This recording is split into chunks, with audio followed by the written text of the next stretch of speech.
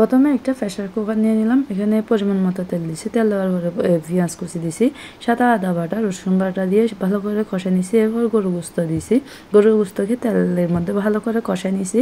কষানোর পরে তেল যাতে ভালো করে ঢুকে তারপর এইভাবে কষাবেন। এরপরে লবণ দিয়ে দিলাম, সাথে বিরিয়ানি মশলা আর হলুদের গুঁড়া, ধনিয়ার গুঁড়া, মরিচের গুঁড়া, সাথে একটু গরুর মশলা দিছি, রাঁধুনি মশলা।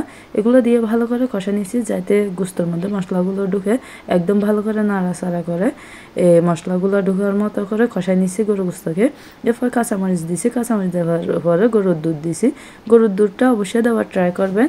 সাথে আবার টক দই দিতে চাইবেন, আমার কাছে টক দই নেই তাই দেওয়া হয় নাই। এরপর কষানোর পরে পানি দিয়ে একটু শীষ দিয়ে নিলাম। দেখেন ফাইনাল লুক গরু গোস্ত একদম নরম হয়ে গেছে। এরপর আরেকটা ফ্রাই প্যান নিছি, ফ্রাই প্যান নেওয়ার পরে পরিমাণ মতো তেল দিছি, পেঁয়াজ কুচি দিছি আর কাঁচামরিচ দিছি, দিয়ে চালগুলো ভেজে নিছি। আমার আদা রসুন দিতে ভুলে গেছি, এরপরে দিয়ে দিছিলাম। এরপর গরুর দুধ দিবেন, গরুর দুধ দিয়ে আবার ভেজে নিছি। চালিয়ে দেওয়ার চেষ্টা করবেন যাতে ভালো হয়। এবার ভাজানোর পরে পানি দিলাম পরিমাণ মতো, আপনারা যতটুকু চাল নেবেন ততটুকু দিবেন। সাথে লবণ দিছি, লবণ দেওয়ার পরে এখন চালগুলো সিদ্ধ হতে দিব। প্রায় 80% হয়ে গেছে। এরপরে গরু গোস্তগুলো ঢেলে দিছি। আমার মোবাইলে একটু কাজ করছিলাম তাই ভুলে গেছি স্ক্রিপ্টটা নেওয়ার জন্য।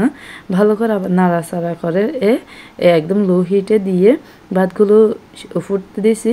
এরপর দেখেন ফাইনাল লুক একদম জর্জরে গরুর মাংসগুলো একদম নরম সফট টাইপের হয়েছে, খুব মজা হয়েছে। আপনারা অল্প উপকরণ দিয়ে এভাবে ট্রাই করে দেখবেন কীরকম হয়। আমারটা মাশাআল্লাহ অনেক ভালো হয়েছে, কিন্তু খেয়ে বলতেছি খাওয়াটা অনেক ভালো হয়েছে। সবাই ট্রাই করে